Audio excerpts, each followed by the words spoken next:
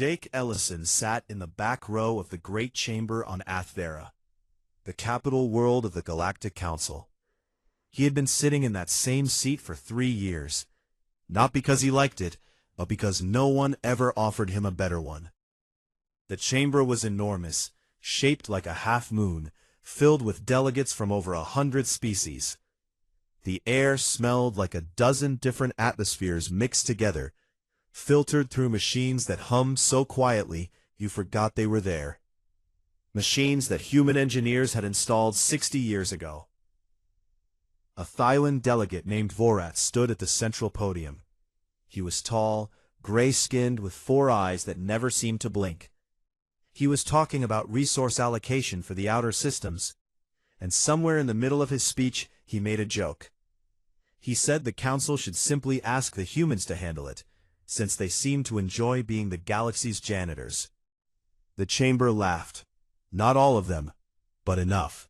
Jake watched the laughter ripple across the room like a wave, and he felt something inside him go very still. Not angry, just still.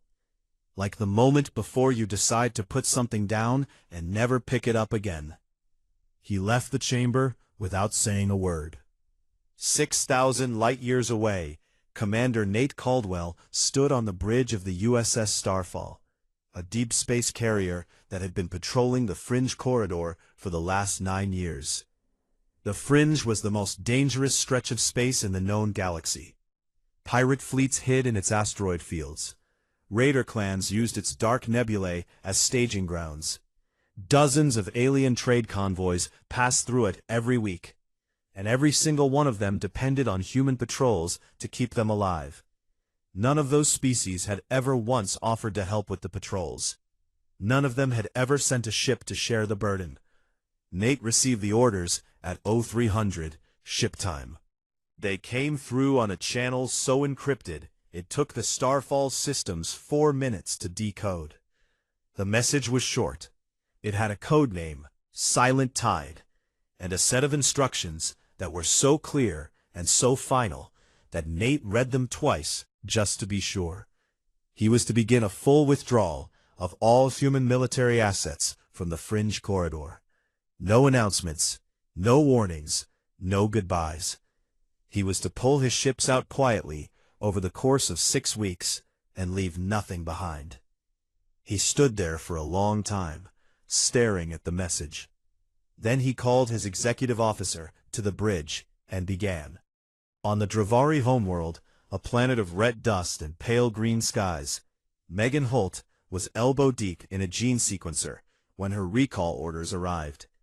She had been living on that planet for 11 years, running a disease prevention lab that she had built from nothing.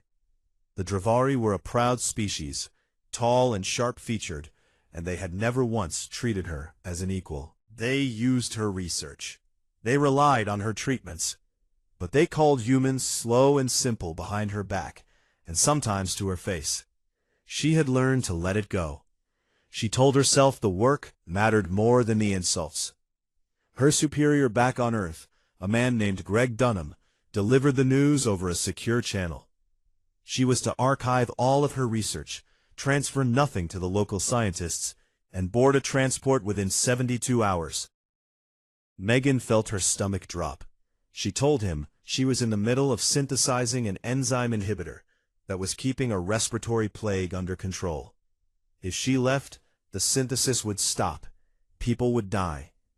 Greg was quiet for a moment. Then he said, "They never once said thank you, Megan. Not once in 11 years. But nothing came out, because she knew he was right. Across the galaxy, in hundreds of systems, on thousands of stations and planets, the same thing was happening. Human civilians packed their belongings and boarded transport ships. Human researchers closed their labs and wiped their databases. Human engineers powered down reactors they had built with their own hands, reactors that kept cities warm and hospitals running. Human doctors locked the doors of clinics they had funded out of their own budgets. They did it quietly. They did it without anger. They simply stopped, packed up, and left. No one noticed at first. That was the part that would haunt the galaxy later. No one noticed. On Athvera, Jake Ellison spent his last night in the human embassy. It was a small building on the edge of the diplomatic quarter, overshadowed by the towering embassies of the Phylan and the Melvari. He had always thought that was a fitting metaphor. He typed up humanity's formal withdrawal from the Galactic Council. It was 1 page long. He could have written more. He could have listed every insult, every slight, every time a human sacrifice was met with alien indifference. But he didn't. He kept it simple. 1 page, clean and clear and final. He walked to the council's administrative office after hours, when the hallways were empty and the lights were dim. He placed the document on a desk. He did not sign it with ceremony. He did not slam it down. He just set it there, the way you might leave a note for someone who probably won't read it anyway. Then he walked back to the embassy, picked up his bag, and boarded the last shuttle leaving Athvera. Ambassador Rillis of the Quori found the document the next morning. The Quori were a small species, gentle and thoughtful, and Rillis had always been one of the few aliens who treated humans with genuine respect. She picked up the single page and read it. Then she read it again. Her hands began to tremble, not because of what the document said, but because of what it didn't say. There was no anger in it, no accusation, no demand. It was just a notification, a simple, quiet goodbye. She walked to the window of the administrative office and looked out at the sky above Athvera. Somewhere out there, human ships were already turning away, already pointing toward Ohm. She pressed her hand against the glass and felt something cold settle in her chest, the kind of cold that comes not from temperature but from understanding. She understood, perhaps before anyone else in the galaxy, that something terrible had just begun. Not because the humans had declared war, not because they had made threats or demands, but because they had said nothing at all. Silence, Rillis thought, was the loudest sound she had ever heard. 3 months after the humans left, the first convoy was destroyed in the Fringe Corridor. It was a Quori merchant fleet, 12 ships carrying grain and medical supplies to a colony on the far side of the nebula. They had made the same trip 40 times before, without incident, because every single time, a human patrol had been watching over them from the shadows, scanning for threats, chasing off raiders before they could get close. The Quori merchants never saw the human ships. They never knew they were there. They simply assumed the corridor was safe, the way a child assumes the house is warm, without ever thinking about who pays for the heat. The raiders hit them just past the Dremac asteroid belt. 6 pirate vessels came out of the dust cloud, fast and hard. And the Quori ships had no weapons, no shields worth mentioning, and no one to call for help. The distress signal went out on all frequencies. It echoed through empty space for 4 hours before it finally died. By then, all 12 ships were gone. 930 people, farmers and doctors and children who had done nothing wrong except travel through a stretch of space that used to be safe. Ambassador Rillis received the news in her office on Athvera. She sat behind her desk and stared at the report for a very long time. She did not cry. She was past crying. She picked up her communicator and tried, for the 11th time, to reach Earth through back channels. Every frequency she tried was met with the same thing. Not static, not interference. Silence. Clean, deliberate, absolute silence. As if the humans had not just left the galaxy, but had erased their side of it entirely. High Coordinator Cephas of the Melvari was the first council official to understand the true size of the problem. Cephas was a bureaucrat, the kind of person who lived inside spreadsheets and logistics reports. And when the trade numbers for the quarter came in, he felt his blood go cold. Shipping volume across the Fringe Corridor had dropped by 80%. Fuel depots that humans had built and maintained along major routes were running dry, because no one knew how to resupply them. Communication relays that connected entire sectors of the galaxy were going offline one by one, their power cells dying, their software corrupted, their maintenance schedules ignored by species that had never bothered to learn how they worked. He ran a full audit. It took 2 weeks, and the results nearly broke him. Humans had been subsidizing almost 40% of the Council's entire logistical infrastructure. They had done it without contracts, without recognition, without asking for a single credit in return.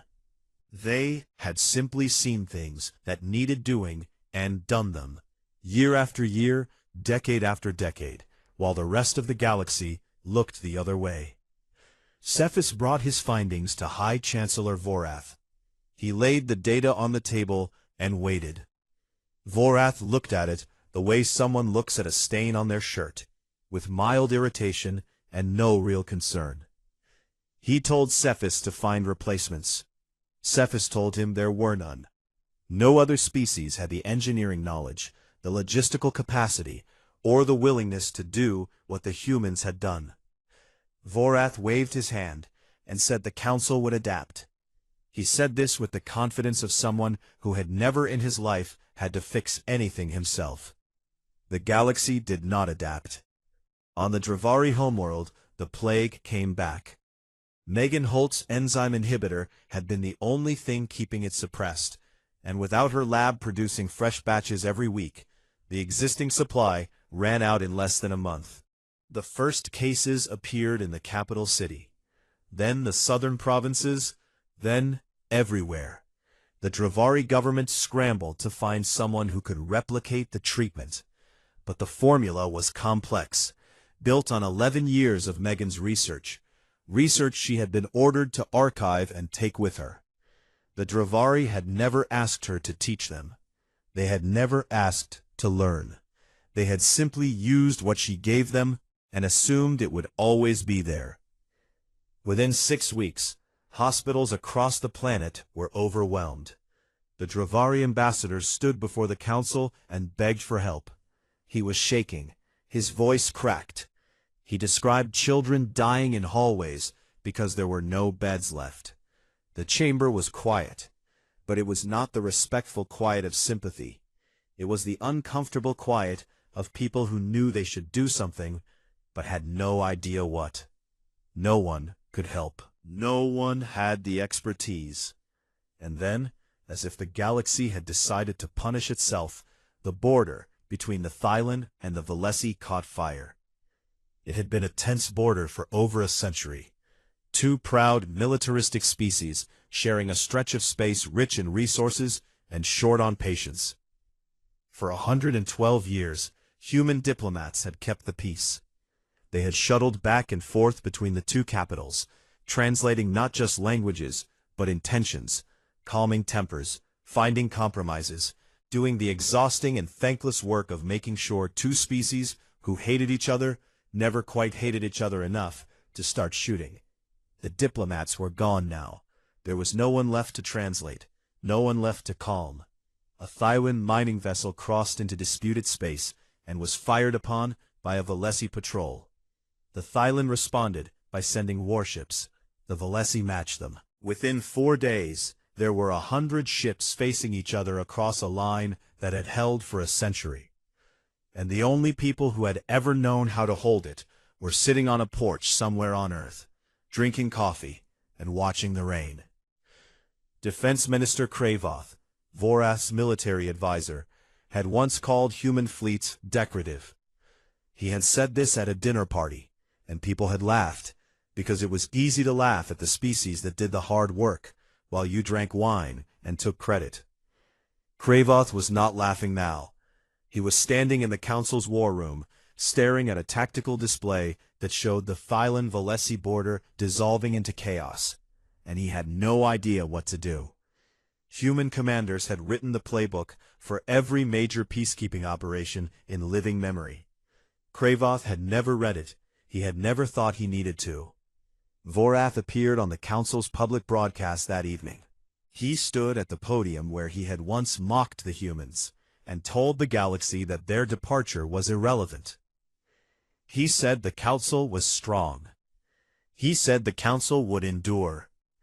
He said these things with his 4 eyes staring straight into the camera. And across 1,000 worlds, people watched him and felt nothing but fear, because they could see what he refused to see.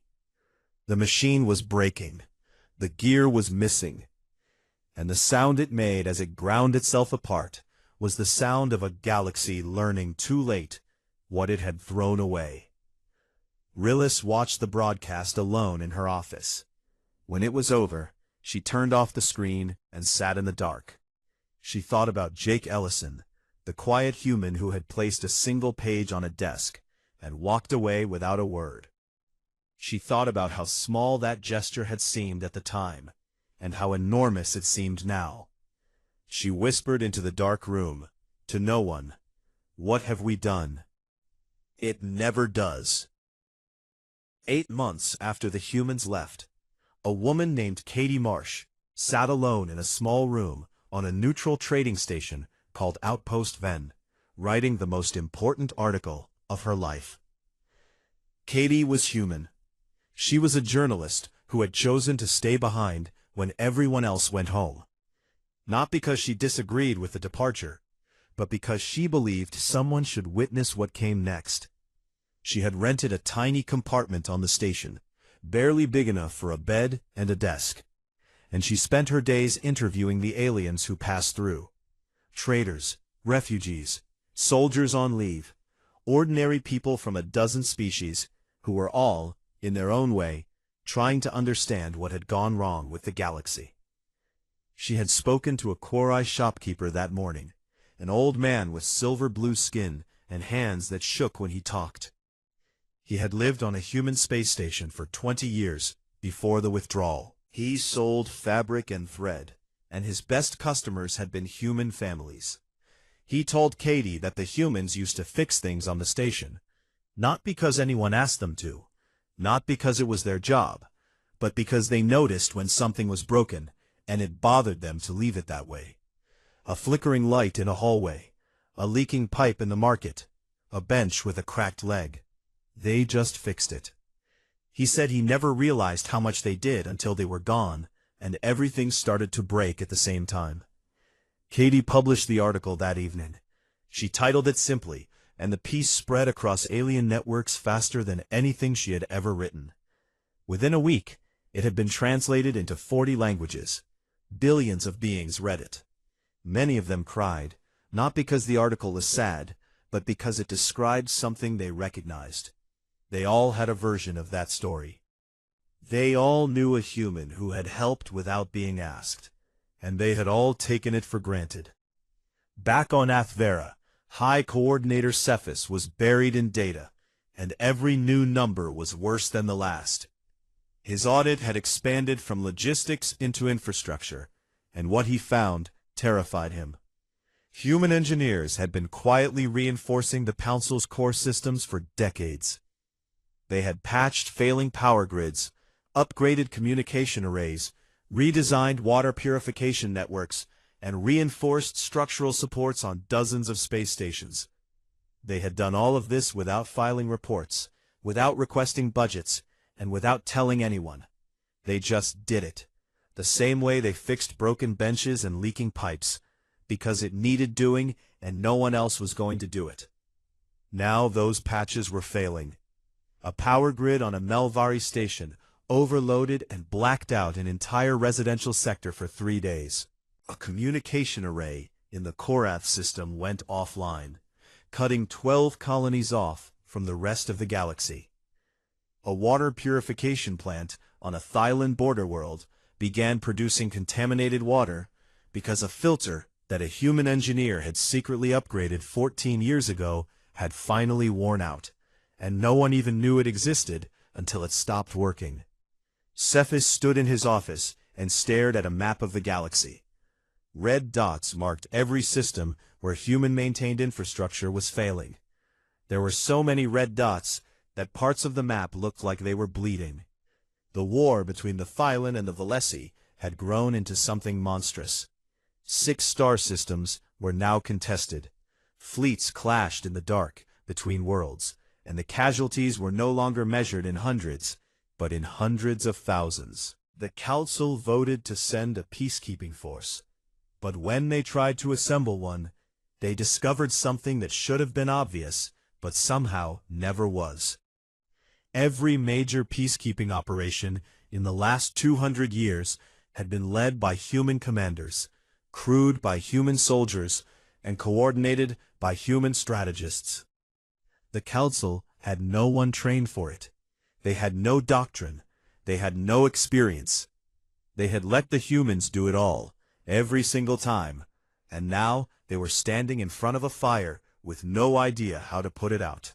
Admiral Draven's show of the Valesi watched the disaster unfold from the bridge of his flagship. He was old enough to remember serving alongside human officers during the Krathian border crisis 30 years ago. He remembered a human captain named Sam Reeves who had defused a standoff between 2 fleets by flying his single ship into the gap between them and broadcasting on an open channel. Sam had talked for 6 hours straight, calm and steady, until both sides agreed to stand down. Draven had thought it was the bravest thing he had ever seen. He had also thought, at the time, that it was a very human thing to do. No other species would risk themselves like that for someone else's war. Now Draven studied the human military archives that had been left behind. They were sitting in the Council's database, untranslated and unread, ignored for centuries. He found tactical manuals, peacekeeping protocols, conflict resolution frameworks, and detailed analyses of every major engagement in the last 400 years. It was a treasure of knowledge that could have saved thousands of lives, and no one had ever opened it. No one had cared enough to look. On the Dravari homeworld, the plague had become a full pandemic. 2 billion people were infected, hospitals had collapsed, entire cities were under quarantine. The Dravari ambassador appeared before the council again, but this time he did not beg. He simply collapsed at the podium, weeping, unable to speak. The chamber watched in silence. Someone helped him to a chair. No one knew what to say, because there was nothing to say. The cure existed. Megan Holt had created it. But Megan Holt was gone, and she had taken her work with her, not out of spite, but because those were her orders.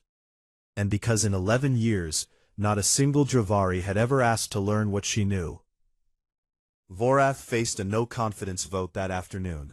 He survived it, but only barely, and only because he stood at the podium and did the one thing that cowards have always done when the world falls apart around them. He blamed someone else. He said the humans had abandoned their responsibilities. He said they had betrayed the galaxy's trust. He called them selfish and ungrateful.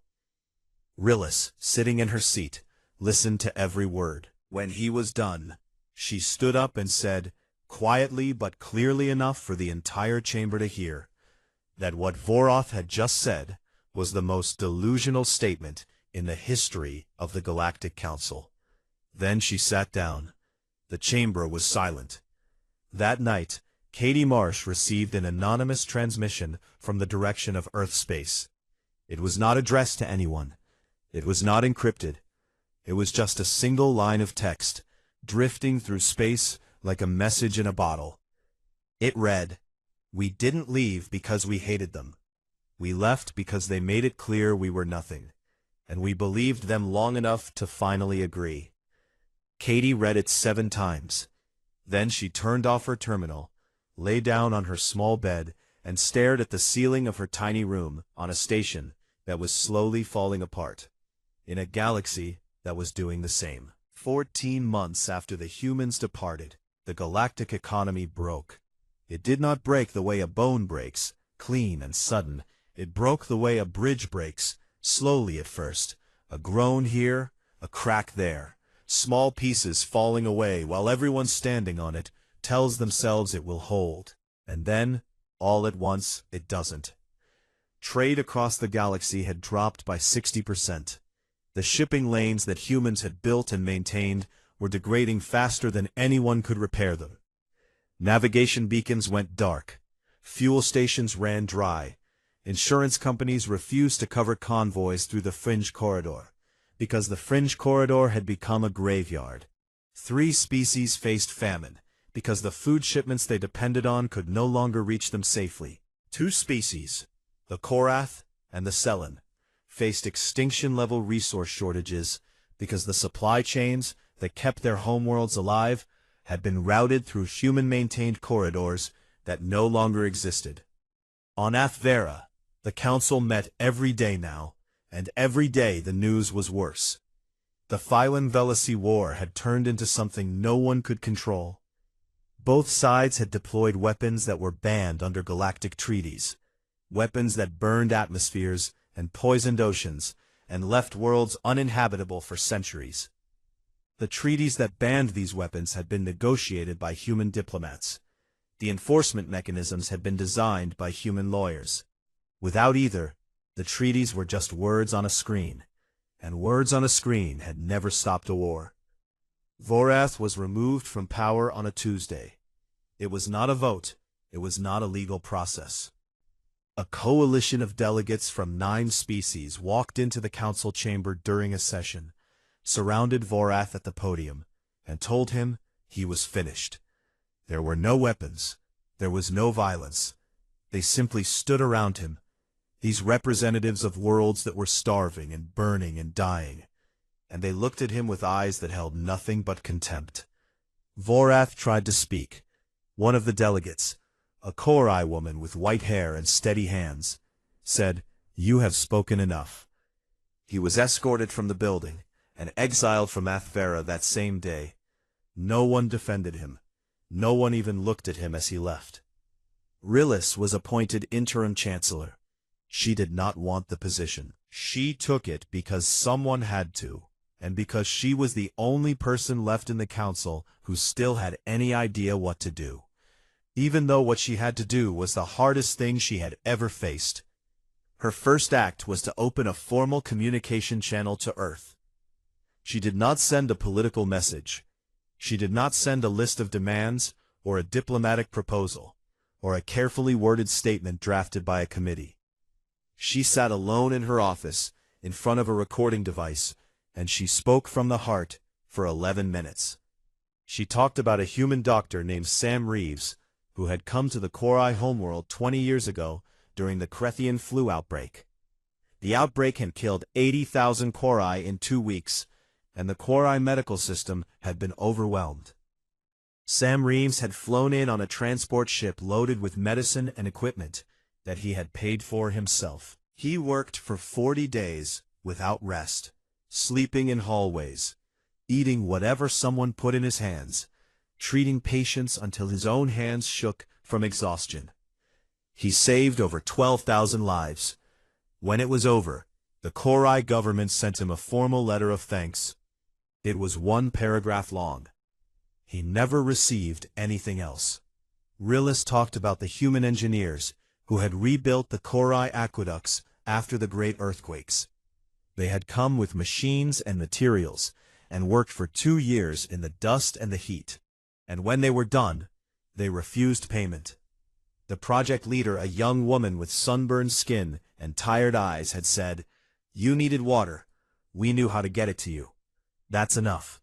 Rilis paused in her recording. She looked directly into the lens and said, "We were ungrateful. We were blind. We saw what you gave us, and we told ourselves it was nothing. We told ourselves you were simple. That your kindness was weakness. We were wrong about all of it, and we are sorry. We are so deeply sorry." The message was sent. It traveled across the void toward Earth space at the speed of light. Days passed, then weeks.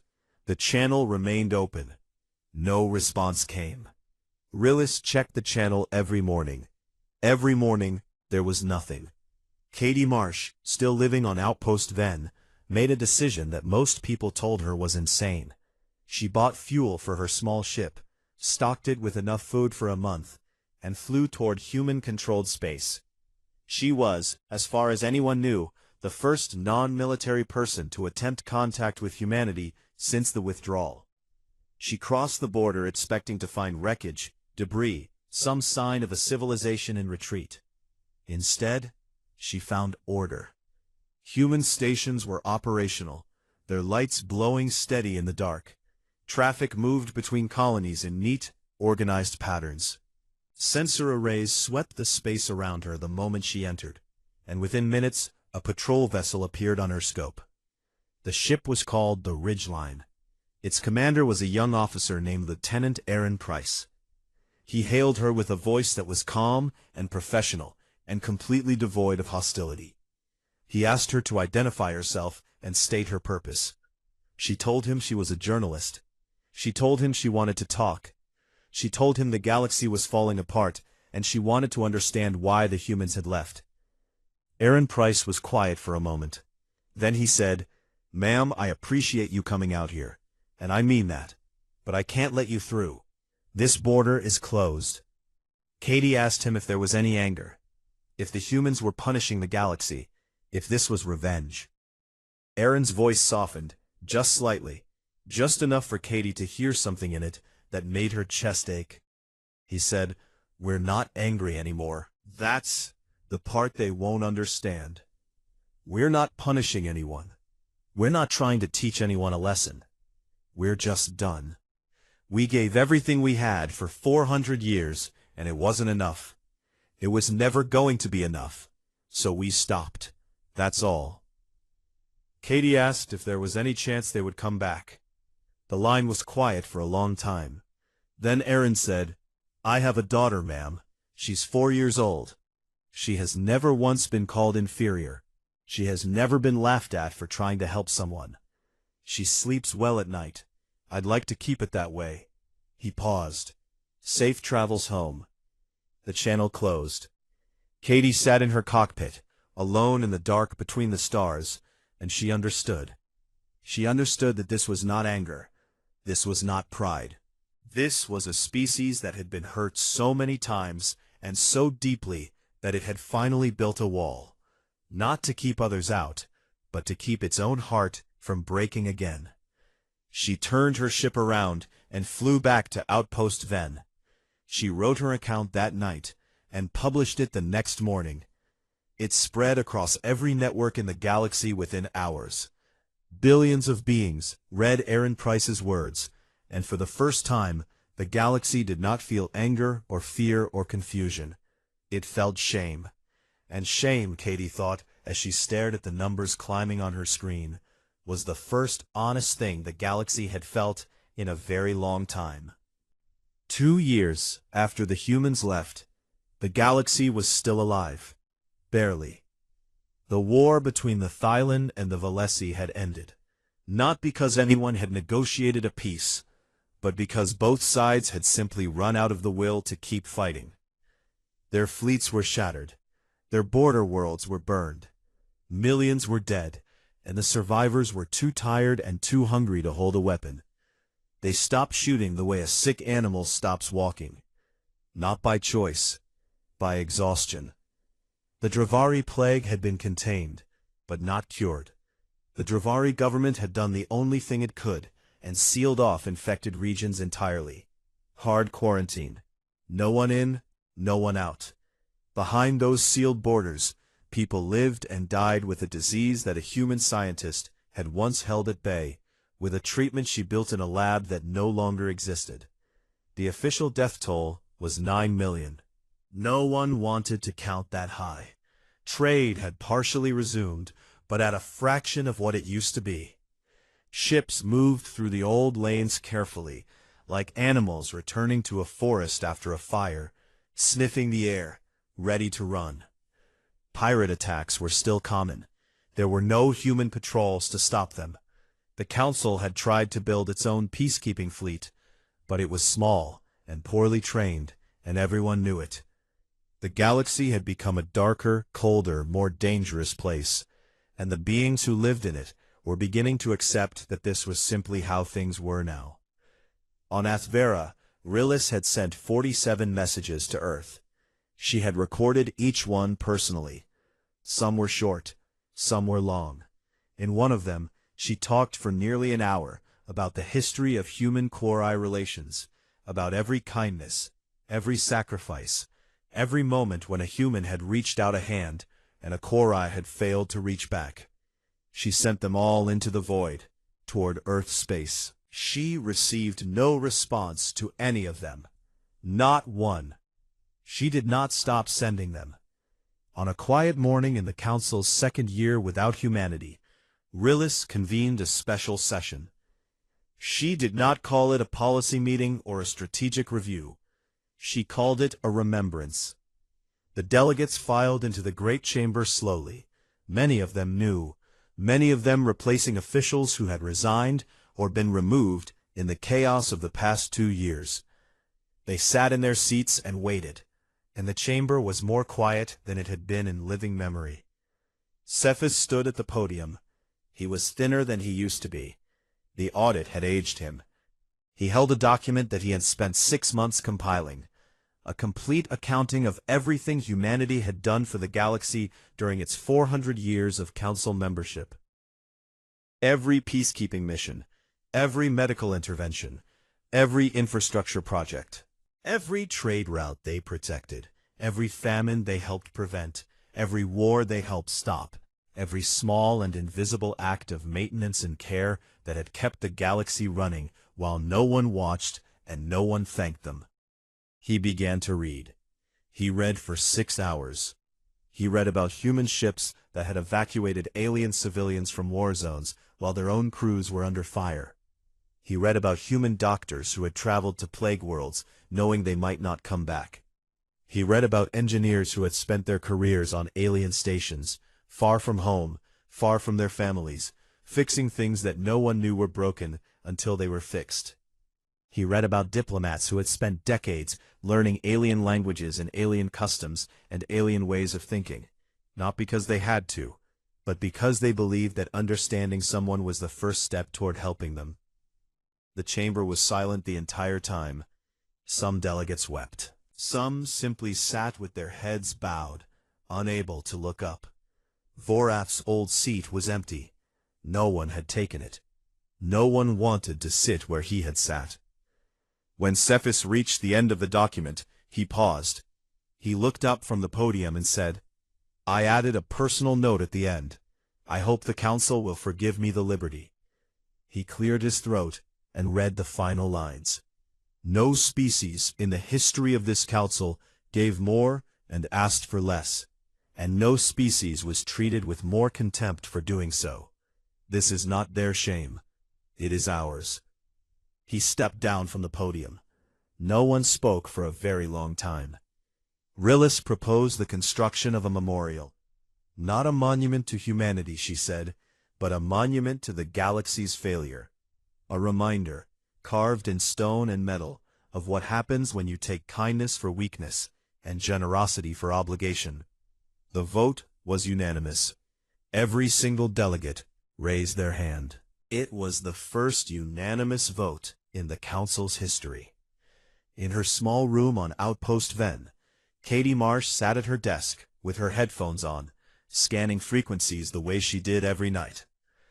Most of what she picked up was routine traffic, cargo manifests, weather reports from farming worlds, the quiet chatter of a galaxy trying to put itself back together. But that night, her scanner caught something different. It was coming from deep inside human space, a transmission on an open, unencrypted civilian channel. It was not meant for alien ears. It was not meant for anyone, really. It was just life, leaking out through the cracks, the way life always does. She heard a child laughing, a little girl from the sound of it, giggling the way children do when they are being chased around a room. And underneath the laughter, a woman's voice, soft and warm, singing a lullaby. The words were old and simple, the kind of song that mothers have sung to their children since before anyone can remember. Katie could not make out the woman's name. It did not matter. She listened for a long time. She listened to the laughter and the singing and the ordinary beautiful noise of people living their lives in peace. And she felt something break inside her that she knew would never quite heal. She turned off her equipment. She sat in the dark, and she whispered, to no one, to herself, to the galaxy that would never hear her, "They're not coming back." Far away, on a human colony world called Haven, Nate Caldwell sat on the porch of a small house he had built with his own hands. He was retired now. The USS Starfall had been decommissioned, its hull recycled into building materials for a new school in the town down the road. He didn't miss the ship. He didn't miss the patrols, or the long watches, or the cold silence of deep space. He had given 30 years of his life to protecting people who never knew his name and never wanted to learn it. And now he was done, and he was at peace with that. His daughter, Chloe, was in the yard, chasing fireflies through the tall grass. She was 7 years old. She had her mother's eyes and her father's stubborn jaw, and she laughed like the world was made of good things. She did not know about the Galactic Council. She did not know about the Fringe Corridor, or the Dravari Plague, or the war that had killed millions. She knew about fireflies and bedtime stories, and the way her father's hand felt when he held hers on the walk to school. Nate watched her run through the grass, her small hands cupping the air, trying to catch the light. He thought about the galaxy he had left behind. He thought about the convoys he had guarded and the people he had saved, and the aliens who had laughed when someone called him a janitor. He waited for the anger to come, the way it used to come in the early days, hot and sharp and hard to swallow. But it didn't come. There was nothing there, not anger, not sadness, not even memory really. Just a quiet space where something used to be, like a room in a house where you no longer live. Chloe caught a firefly. She ran to him, breathless, her hands cupped together, a tiny golden light pulsing between her fingers. "Look, Dad," she said. "Look what I found." He smiled and leaned down to see it. "That's a good one," he said. She grinned and opened her hands, and the firefly floated up into the warm evening air and disappeared among the stars. And that was the terrifying price. Not war, not revenge, not fury, not a fleet darkening the skies of Athvera, not a single shot fired in anger. Just a man on a porch, watching his daughter chase fireflies, not thinking about the galaxy at all. Just a species that had given everything it had, been told it meant nothing, and had quietly, gently, without malice or bitterness, chosen to believe it. The galaxy did not lose humanity to an enemy. It did not lose humanity to a catastrophe or a betrayal or a war. It lost humanity to indifference, its own indifference, reflected back at it like light from a mirror, until the people on the other side simply turned away and found something better to look at. The memorial on Athvera was completed 6 months later. It was a simple structure, a wall of dark stone in the center of the diplomatic quarter, carved with the names of every human who had served the galaxy and received nothing in return. It stretched for 1/4 of a mile. Rillis visited it every morning. She stood before it and read the names and whispered her apologies to people who would never hear them. And out beyond the border, in the quiet and the warmth of 100 colony worlds, humanity lived on. They built schools and planted gardens, and raised their children in the light. They sang songs and told stories, and held each other's hands, and they did not think about the galaxy that had thrown them away. They were not angry.